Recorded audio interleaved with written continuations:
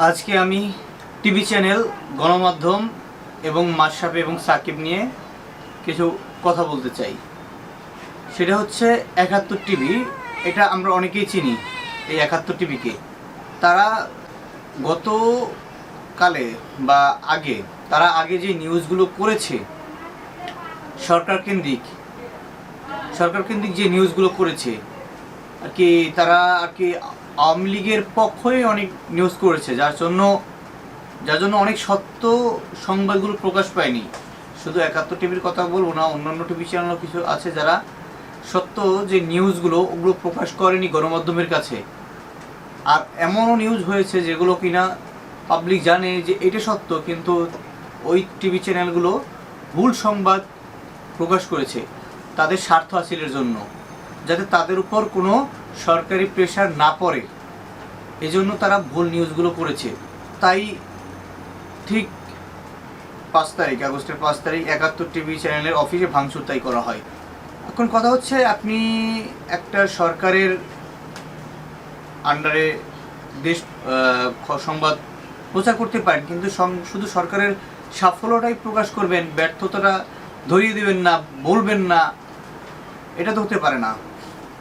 এটা কখনোই হতে পারে না।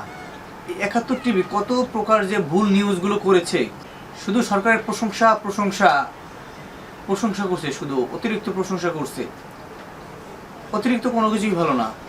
আবার এখন দেখতেছি ৭১-এর অফিস ভাঙচুর করার পর তারা আবার হয়তোবা ছোট পরিসরে আবার নিউজ করা শুরু করেছে। সেইখানে এখন তারা আমাদের যে ডক্টর মোহাম্মদ ইউনূস আছে, যে কিনা বর্তমানে আমাদের প্রধান উপদেষ্টা হয়েছে, শপথ গ্রহণ করেছে, তার প্রশংসা করা শুরু করেছে। এর মানে কি? এ তো সরকারের দালাল হয়ে যাচ্ছে। আপনি যে সরকারই আসছে তার প্রশংসা করতেছেন। আমি অবশ্যই বলি ডক্টর মোহাম্মদ ইউনূস অবশ্যই ভালো, কিন্তু আপনি এই যে ৭১ টিভি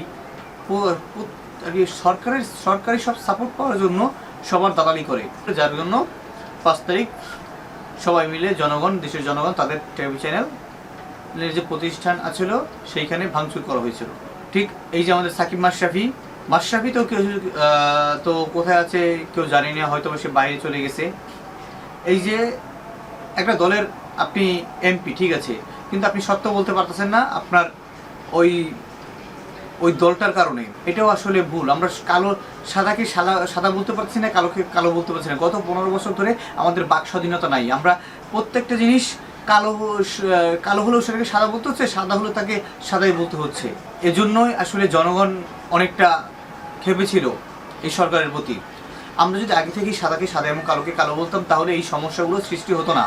মাশরাফি কখন কল্পনাই করেনি যে মাশরাফি এভাবে বাংলাদেশ থেকে পালাতে হবে, তার বাড়ি ভাঙচুর হবে, লুটপাট হবে, আগুন দেওয়া হবে।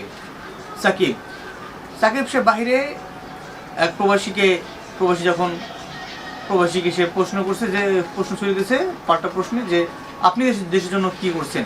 আরে ভাই, প্রবাসীটা রেমিটেন্স পাঠাচ্ছে, আর আপনি সাকিব তো জনগণের টাকায় খেলা, তারপর আপনাকে এই যে ট্যাক্সের টাকায়, জনগণের টাকায় আপনি আপনার বেতন ভাতা পেয়েছেন, আজ তাই আপনি সাকিব।